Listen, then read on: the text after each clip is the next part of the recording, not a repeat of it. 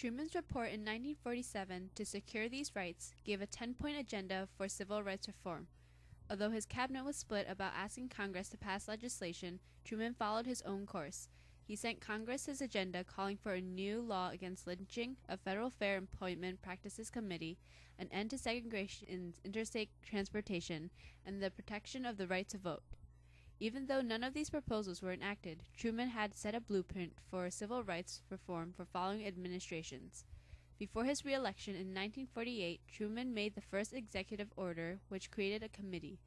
This was met by a lot of criticism from Southern Democrats who felt betrayed by his actions. Nevertheless, Truman stuck to his plan because he wanted to address civil rights on a national level because he was repulsed by incidents where black soldiers returning from war were beaten. However, Truman did not specifically address or mention racial segregation in the first executive order because he was trying not to offend voters who supported segregation. The second executive order made it illegal to discriminate against persons applying for civil service positions based on race. The third executive order was made after his re-election. It ensured that defense contractors in the armed forces could not discriminate against a person on account of race. These three executive orders eventually became the founding structure for future civil rights legislation. Then, in June 1950, because the U.S. infantry forces that were deployed to Korea were too few and under-equipped, for the first time, the Army became racially integrated. In 1949, Truman introduced his ambitious Fair Deal, a big part of his domestic policy, which called for economic controls, a repeal of the Taft-Hartley Act, an increase in the minimum wage, expansion of the Social Security program, a housing bill, national health insurance, development projects modeled on the New Deal's Tennessee Valley Authority, liberalized immigration laws, and ambitious civil rights legislation for African Americans. Southern Democrats rejected any attempts towards civil rights legislation, and of the proposed policies, Truman only won passage of a moderately effective public housing and slum clearance bill and an increase in the minimum wage in 1949 and a significant expansion of Social Security in 1950. The Housing Act of 1949 was a sweeping expansion of the federal role in mortgage insurance and issuance and the construction of public housing. Truman saw that many families were living in impoverished conditions, saying that 5 million families are still living in slums and fire traps, 3 million families share their homes with others. The Housing Act led to the allocation of federal funds to go towards new housing projects, urban renewal, and more public housing. Specifically, the provisions of the Act included providing federal financing for slum clearance, programs associated with urban renewal projects in American cities, increasing authorization for the FHA, or the Federal Housing Administration, extending federal money to build more than 800,000 public housing units, and permitting the FHA to provide financing for rural homemakers. This act governed the way the financial resources of the federal government would shape the development of American cities in the post-war era. The Social Security Act of 1950 extended the coverage of Social Security to elderly Americans and raised the minimum wage. This benefited both the middle and working classes. With rising tensions between the United States and the Soviet Union leading up to the Cold War, paranoia and fear of communism rose within America.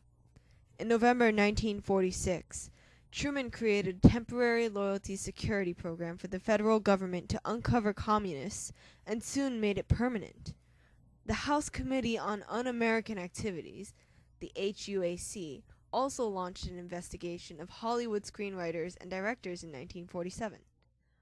The two most scandalous spy cases dealt with the accusation by Whittaker Chambers in 1948 towards former Roosevelt aide and State Department official Alger Hiss of being a Soviet spy, the arrest of Klaus Fuchs, a German émigré scientist who worked on the atom bomb in the Manhattan Project and had passed along its secrets to the Soviets with the help of American citizens David Greenglass and Julius and Ethel Rosenberg.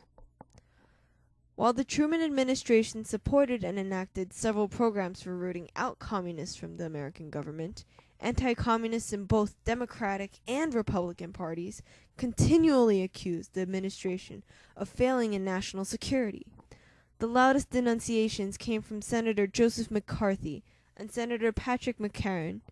McCarthy's fantastic allegations led to the dubbing of anti-communist hysteria as McCarthyism by the spring of 1950. Under the barrage of accusations by McCarthy, McCarran, and their supporters, the Truman administration suffered greatly, losing the trust of the American public. When Truman became president, he asked Franklin Roosevelt's cabinet to remain in place. However, he actually had little confidence in this group. When he entered office, Truman was appalled to learn of the formlessness of the Roosevelt cabinet, and therefore soon dismissed most of the Roosevelt appointees in the initial months of his administration.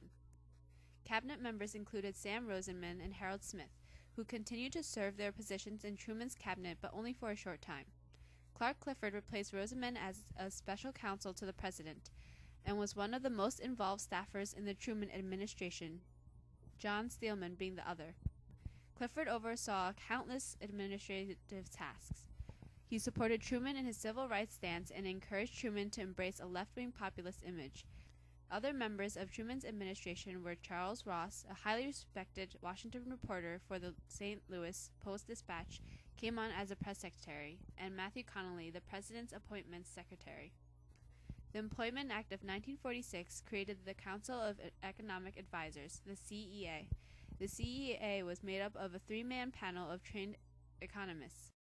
Important men of the CEA were Leon Kieserling and Edwin G. Norris.